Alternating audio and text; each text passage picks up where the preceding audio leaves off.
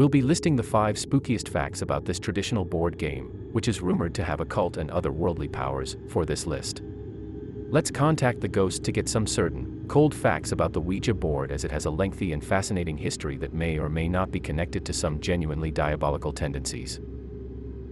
So that being said, as always, sit back, relax, and enjoy the video.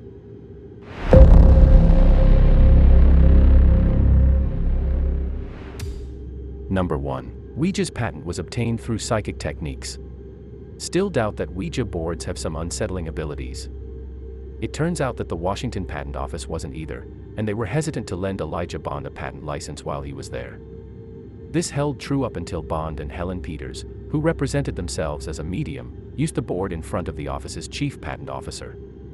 When the officer requested a demonstration of the board's operation, neither Bond nor Peters claimed to know the identity of the officer. However, Ouija properly identified the officer.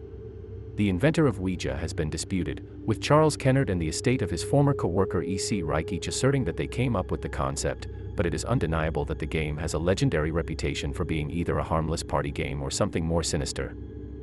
Number 2. The method by which Ouija works has a name.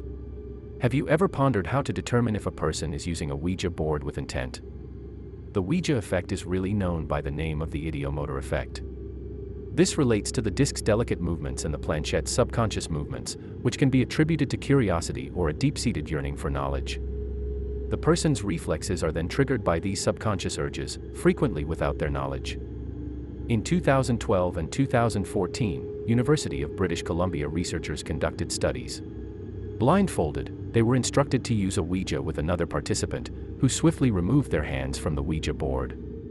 The results showed a significant rise in right responses while using the board, leading to the hypothesis that there may be a second intelligence within the subconscious, an intelligence with which Ouija might help reveal elusive facts and knowledge. Number 3. The board seems to have named itself. Before the Ouija board's commercialization in 1890, spiritualism and contacting with the dead were common practices.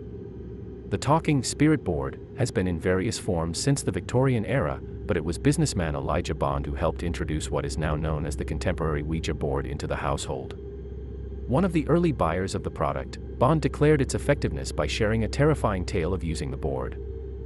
The board duly wrote out the word Ouija when the group he was with asked what it was called. The group inquired as to what the term actually meant, but the board, ever cagey, just offered the advice, "Good luck." Bill Wilson, a co-founder of Alcoholics Anonymous and a well-known believer in the paranormal, once claimed that he used a Ouija board to speak with a monk who helped create AA's 12-step program for alcoholism recovery. Number 4. In a past court case, Ouija was used. Although it might seem absurd to think that a jury could use a Ouija board to influence their judgment, this is exactly what happened in England in 1994. The jury utilized a Ouija board in their hotel room to aid in their deliberations. It was discovered after Stephen Young was sentenced to life in prison for a double homicide, and a retrial was ordered. However, given that Young was found guilty once more during the second trial, the Ouija board may not have been all that helpful. Moreover, this wasn't the first instance in which the name of Ouija surfaced in the legal system. A British man named Paul Carroll drowned his dog in 2015 after a Ouija board informed him the animal was possessed by the devil, while Carol Suilvaker in Oklahoma blamed a Ouija board for influencing a fatal stabbing in 2001. Number 5. The Exorcist signaled a turning point for Ouija. The Ouija board's reputation has always been tainted by superstition. From the religious community's condemnation of its alleged power to the scientific community's assertion that all of Ouija's perceived intelligence was a deception.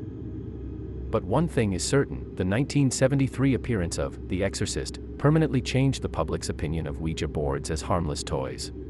The young Regan McNeil uses her Ouija board to communicate with a spirit known as Captain Howdy, which causes her to be tormented and possessed, and this communication sets off the entire plot of the movie, which provoked terror and concern in theatrical screenings. The movie, The Exorcist, was able to decisively dispel any remaining reservations that there would be any negative effects from employing a Ouija board in a film. Hope you liked the video. For more such videos, please subscribe to the channel and don't forget to hit the bell icon.